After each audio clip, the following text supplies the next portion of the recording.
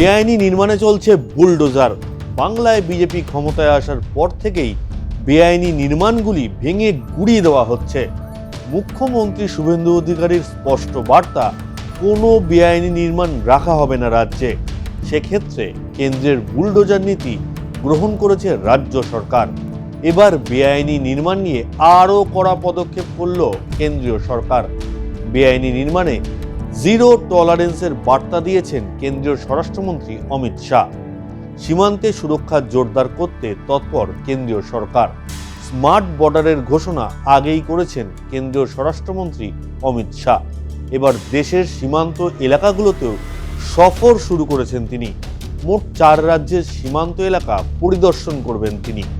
পশ্চিমবঙ্গে আসছেন আগামী 15 জুন। তার আগে রাজস্থানের সীমান্ত এলাকা পরিদর্শন করেন কেন্দ্রীয় স্বরাষ্ট্রমন্ত্রী অমিত শাহ। তারপর উচ্চ পর্যায়ের বৈঠক করেন। ওই বৈঠকে উপস্থিত ছিলেন রাজস্থানের মুখ্যমন্ত্রী ভজনলাল শর্মা, রাজ্য সরকারের উচ্চ পদস্থ আধিকারিক এবং 5টি সীমান্তবর্তী জেলা যেমন বিকানির, জয়সলমের, বারমের, শ্রীগঙ্গানগর ও ফলদির জেলাশাসক ও পুলিশ সুপাররা উপস্থিত ছিলেন ওই বৈঠকে। বৈঠকের পরই বেআইনি নির্মাণ নিয়ে কড়া বার্তা দেন অমিত শাহ। কেন্দ্রীয় স্বরাষ্ট্রমন্ত্রীর বার্তা, বেআইনি নির্মাণের বিরুদ্ধে জিরো টলারেন্স নীতি কঠোরভাবে প্রয়োগ করতে হবে।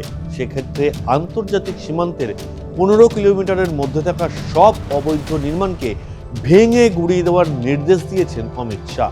এছাড়া প্রতিটি সীমান্ত জেলার জন্য একটি 360 ডিগ্রি নিরাপত্তা কাঠামো তৈরির সিদ্ধান্ত নেওয়া হয়েছে।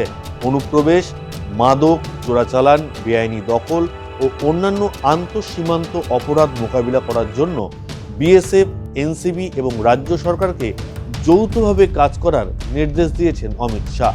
জেলা শাসকদের দায়িত্ব আরও বাড়ানোর নির্দেশ দেওয়া হয়েছে। এর মধ্যে রয়েছে সমস্ত ব্যাংকের লেনদেনে সব আইন ও আর্থিক নিয়ম মেনে চলা হচ্ছে কিনা, বড় ব্যবসায়িক প্রতিষ্ঠানগুলিকে যাচাই করা, অর্থের উৎস খতিয়ে দেখা, মিউল অ্যাকাউন্ট ও সেল কোম্পানির উপর নজরদারি, ভুয়ো আধার কার্ড শনাক্ত করা এবং পাচার রোধে কড়া ব্যবস্থা নেওয়ার নির্দেশ দিয়েছেন অমিত শাহ। এদিকে ভারত বাংলাদেশ সীমান্তে নিরাপত্তা আরও জোরদার করতে সীমান্তরক্ষী বাহিনীকে জমি হস্তান্তরের প্রক্রিয়া শুরু করেছে পশ্চিমবঙ্গ সরকার। দীর্ঘদিন ধরে ঝুলে থাকা সীমান্তে বেড়া নির্মাণের কাজ দ্রুত এগিয়ে নিয়ে যেতেই এই সিদ্ধান্ত নেওয়া হয়েছে। ইতিমধ্যে কয়েকটি সীমান্তবর্তী জেলার জমি বিএসএফকে দেওয়ার প্রক্রিয়াও শুরু হয়েছে বলে জানা গিয়েছে। এই আবহে মুখ্যমন্ত্রী শুভেন্দু অধিকারী জানালেন, প্রথম দফায় 142.79 একর জমি বিএসএফকে হস্তান্তর করা হয়েছে।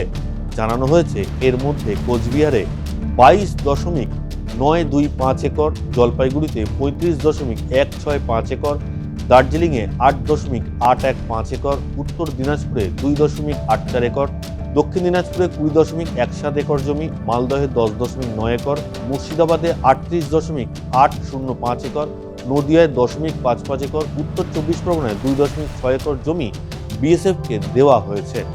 উত্তর 24 পরগনা, নদিয়া, মালদহ, মুর্শিদাবাদ এবং কোচবিহারের মতো সীমান্তবর্তী জেলাগুলিতে জমি হস্তান্তরের বিষয়টি বিশেষ গুরুত্ব পাচ্ছে। সীমান্ত বরাবর বহু অংশ এখনও অরক্ষিত অবস্থায় রয়েছে বলে প্রশাসনিক সূত্রের দাবি। পশ্চিমবঙ্গের সঙ্গে বাংলাদেশে প্রায় 2200 কিলোমিটার সীমান্ত রয়েছে, যার মধ্যে এখনও কয়েকশো কিলোমিটার এলাকায় পূর্ণাঙ্গ বেড়া নির্মাণ হয়নি বলে জানা গিয়েছে। রাজ্য সরকারের তরফে জানানো হয়েছে, জাতীয় নিরাপত্তার স্বার্থে প্রয়োজনীয় জমি বিএসএফকে দেওয়া হবে। পাশাপাশি সীমান্তে অনুপ্রবেশ, চোরাচালান, জাল নোট পাচার এবং অন্যান্য অপরাধ রুখতে এই পদক্ষেপ গুরুত্বপূর্ণ বলেও দাবি করা হয়েছে। প্রশাসনিক সূত্রে খবর, আগামী 45 দিনের মধ্যে আরও জমি হস্তান্তরের কাজ সম্পূর্ণ করার লক্ষ্য নেওয়া হয়েছে। এদিকে রাজ্যে ক্ষমতায় আসার পরই মুখ্যমন্ত্রী শুভেন্দু অধিকারী অনুপ্রবেশকারীদের বিরুদ্ধে কড়া পদক্ষেপ করেছেন।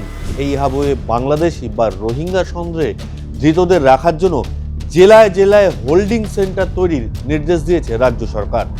নির্দেশিকা অনুযায়ী সেই হোল্ডিং সেন্টারে সন্দেহভাজনদের আটক করে 30 দিন রাখা যাবে। সিএএ বা নাগরিকত্ব সংশোধনী আইনের অন্তর্ভুক্ত নন এমন বাংলাদেশিদের চিহ্নিত করার ওপর জোর দিয়েছেন মুখ্যমন্ত্রী শুভেন্দু অধিকারী। শুভেন্দু অধিকারীর এই সিদ্ধান্তের ফলে শয়ে শয়ে অনুপ্রবেশকারী হাকিমপুর সীমান্ত দিয়ে ভিড় করেছে বাংলাদেশে ফিরে যাওয়ার জন্য।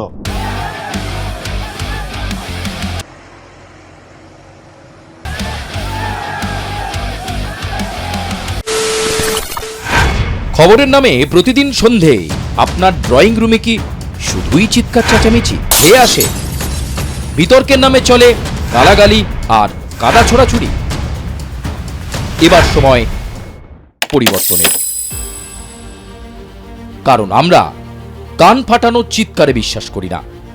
আমরা বিশ্বাস করি খবরের সত্যতায়।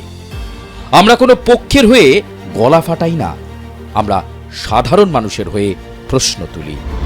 চিৎকার নয়, শুধু খবর হবে যেখানে বিতর্ক আছে কিন্তু কুৎসিত ঝগড়া নেই। সঠিক তথ্য, বিশ্বস্ত খবর। নজর রাখুন আর প্লাস নিউজে।